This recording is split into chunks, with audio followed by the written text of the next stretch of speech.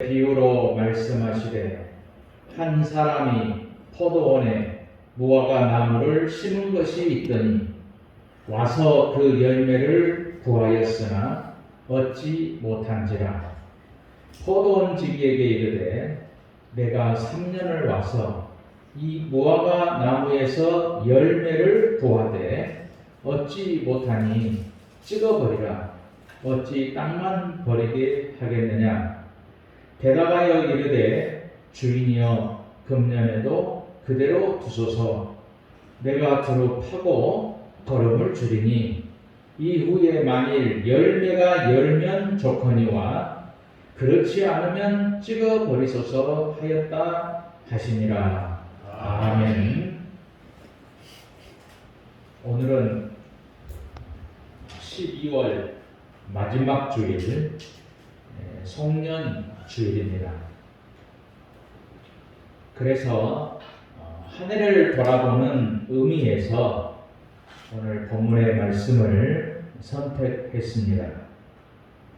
오늘 본문은 총 4절의 줄거리가 이렇습니다.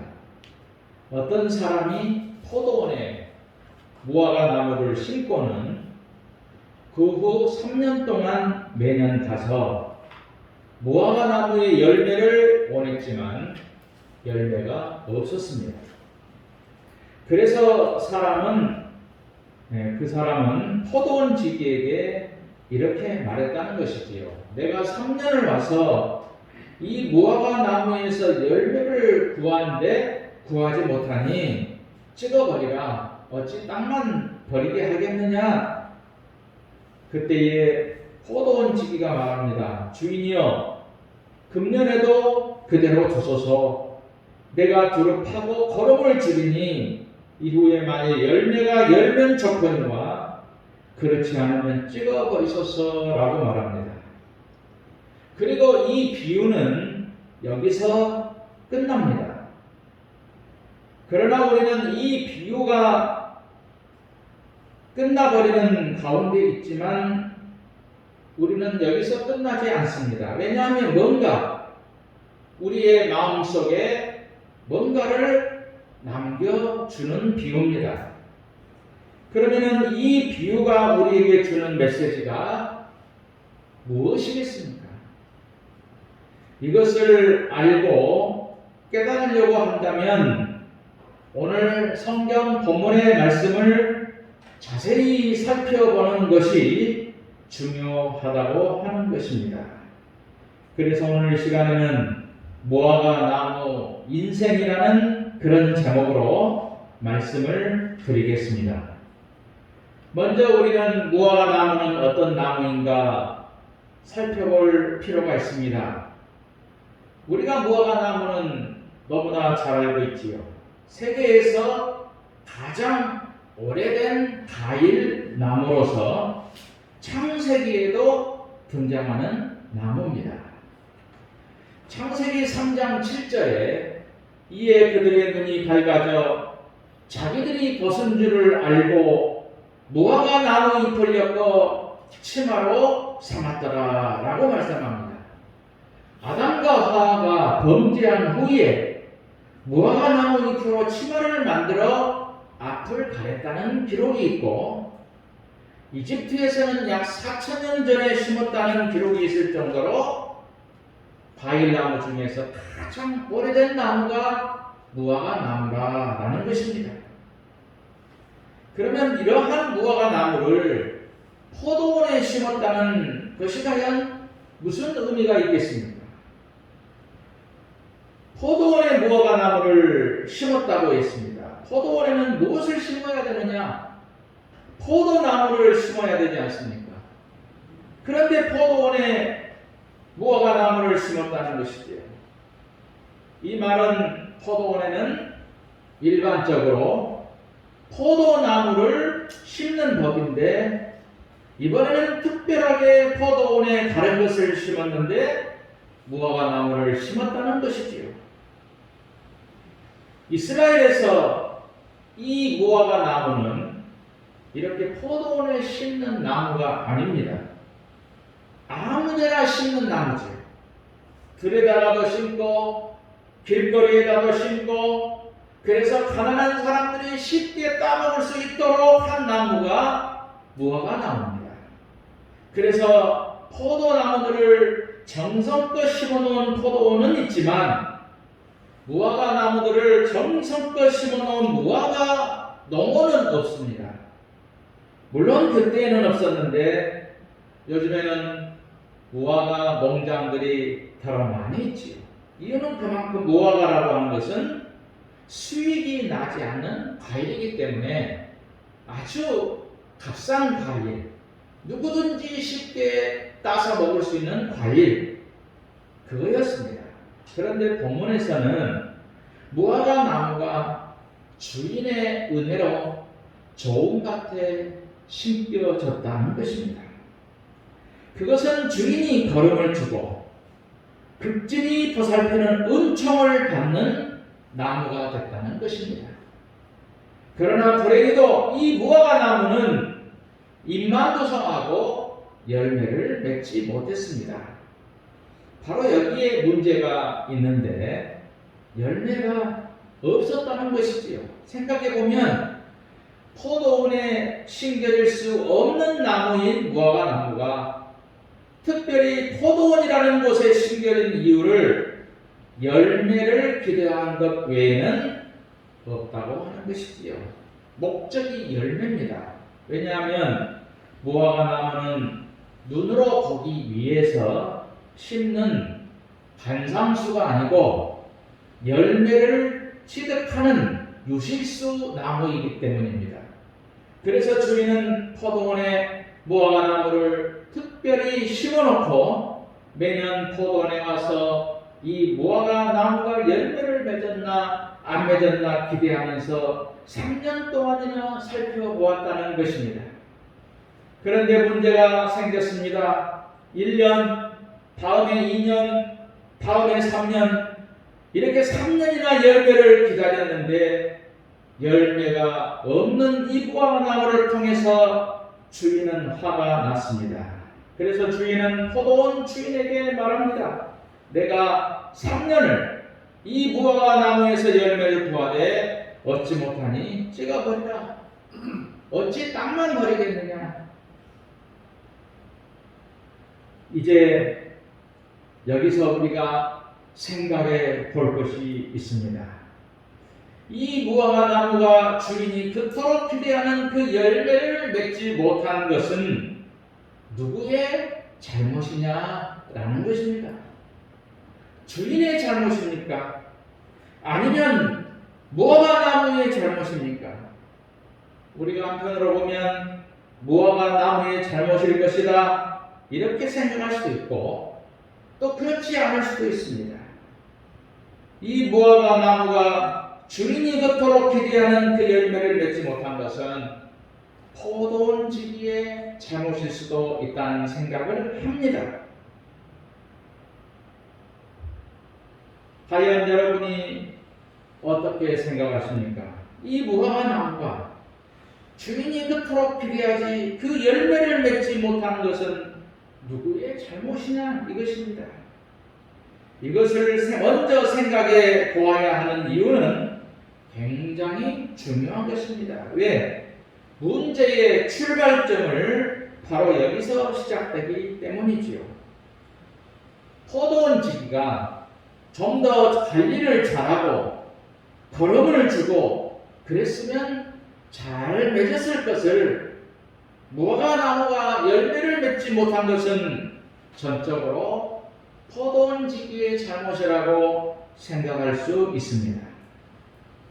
아마도 여러분도 이렇게 생각할 수도 있습니다. 그런데 중요한 것은 예수님께서 말씀하신 성경 속의 비유에서 이 주인의 생각은 전혀 그렇지 않다는 것이지요. 왜냐하면 주인은 포도원 지기에게 책임을 묻지 않았고 열매를 맺지 못한 그 책임은 전적으로 무화과 나무에게 물었기 때문입니다. 오늘 본문 6절과 7절 이에 비유로 말씀하시되 한 사람이 포도원에 무화과 나무를 심은 것이 짓더니 와서 그 열매를 구하였으나 얻지 못한지라. 포도원 지기에게 이르되 내가 3년을 와서 이 무화과 나무에서 열매를 구하되 얻지 못하니 찍어버리라. 어찌 땅만 버리게 하겠느냐.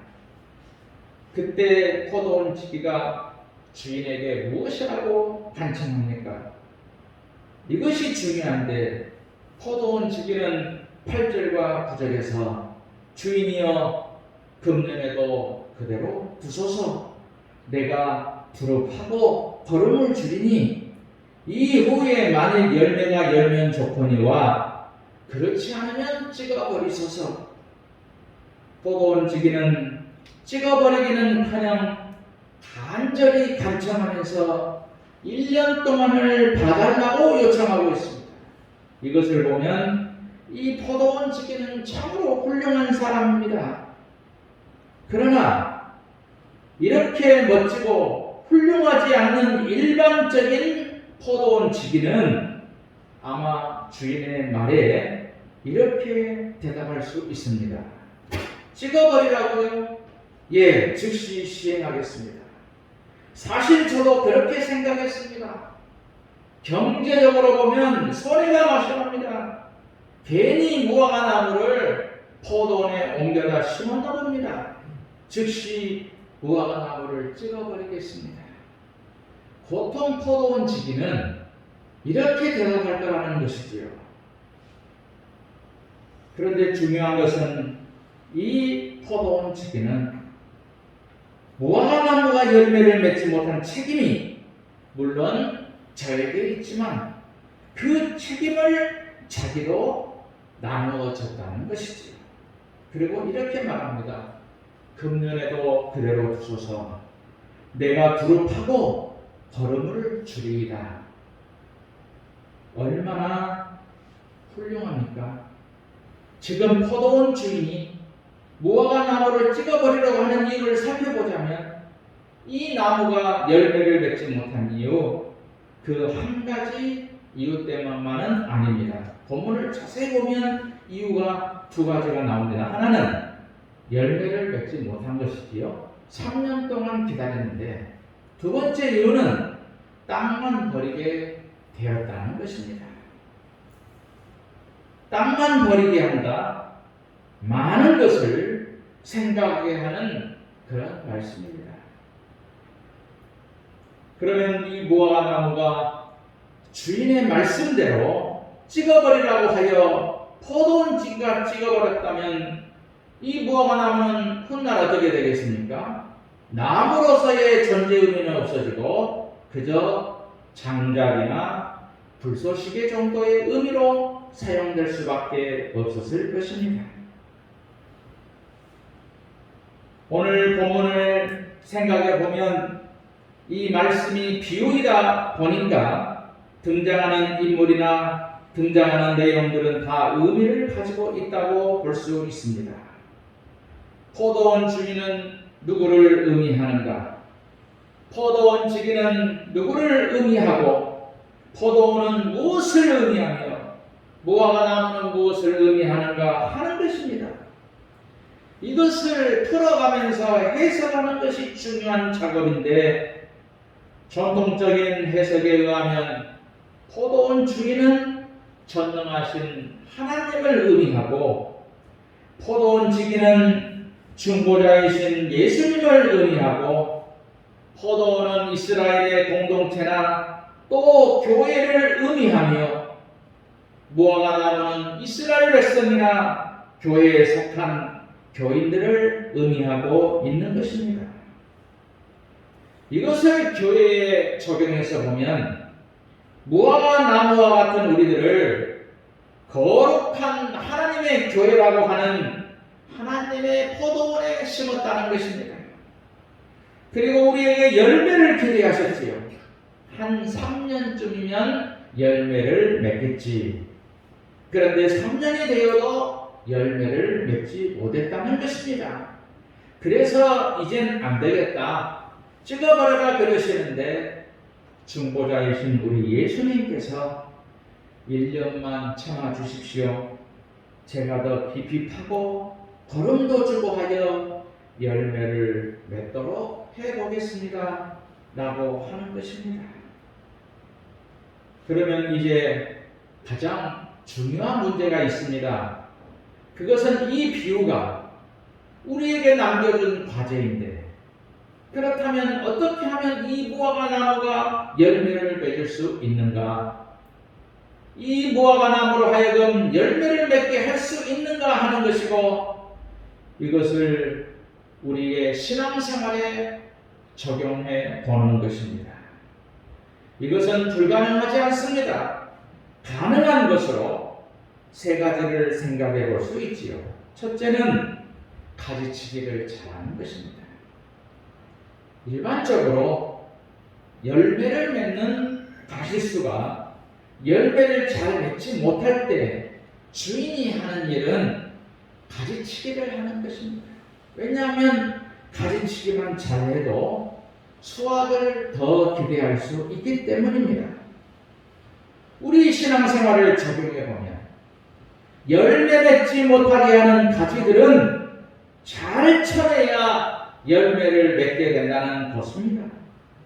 신앙생활을 방해가 되는 것들을 잘 쳐낼 때에 우리는 열매를 맺을 수가 있습니다. 두 번째는 땅을 두루 파는 것입니다. 이것은 포도원 지기가 주인에게 대답하여 간청한 말씀입니다.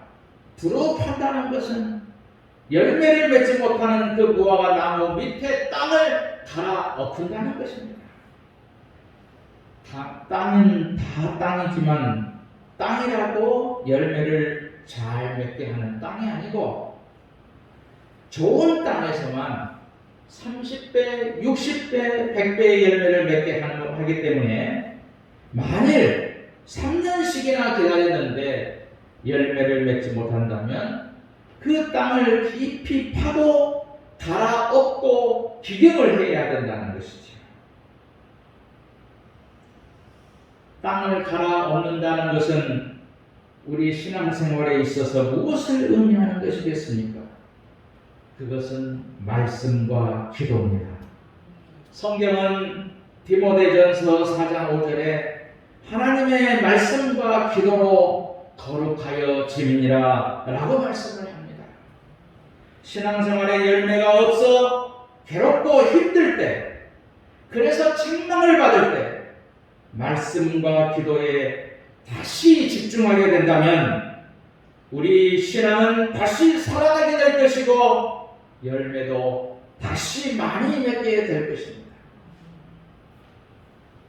마지막으로 거름을 주는 것입니다.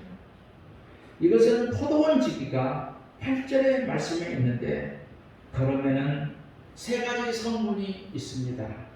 질소, 인산, 칼리라는 것이지요. 이것이 비료의 필수 요소입니다. 질소는 줄기를 튼튼하게 하고 잎사귀를 푸르게 하는 성분이 들어있고, 인산에는 열매를 맺게 하는 성분이 들어있는 것입니다. 그래서 인산이 부족하게 되면 과일이 작아지게 되고, 이 인산이 부족하게 되면 익기도 전에 과일이 떨어지게 되는 것이지요. 그래서 과일나무가 튼튼하게 자라고 잎사귀도 마르지 않고 열매를 튼실하게 맺게 하려면 바로 이 질소와 인산과 칼이라는 세 가지 요소가 함께 복합적으로 균형을 이루어야 되는 것입니다. 뿌리를 튼튼하게 하는 비료인 칼리는 기도에 비유할 수 있습니다. 줄기와 잎을 튼튼하게 한 질소는 말씀에 비유할 수 있습니다. 열매를 잘 맺게 하는 비료인 인산은 사랑에 비교할 수 있습니다. 그러니까 기도와 말씀과 사랑, 이 세 가지 요소가 잘 갖추어지면 신앙생활에 다시 집중하기만 하면 뿌리가 튼튼해지고 줄기와 잎도 튼튼해지고 그리하여 튼실한 풍성한 열매가 주렁주렁 맺히게 되는 것입니다. 말씀을 맺겠습니다. 오늘은 송년주일입니다. 한 해를 돌이켜봅니다. 어떠했습니까? 물론 금년 한 해는 코로나 바이러스로 우리의 생활에 많은 변화가 있었습니다. 그러나 우리 자신들의 삶을 돌이켜보면 예배 생활과 기도의 생활과 전도 생활, 헌금 생활, 봉사 생활 과연 어떠했습니까? 새해에는 더욱 깊이 파고 두루 걸음을 주는 새해가 되도록 해야 할 것입니다. 가지 칠 것은 치고 두루 팔 것은 파고 걸음을 줄 것은 걸음을 주어서 2011년에는 열매를 풍성하게 맺는 힘찬 신앙생활이 되시기를 주님의 이름으로 축원드립니다. 찬송가 301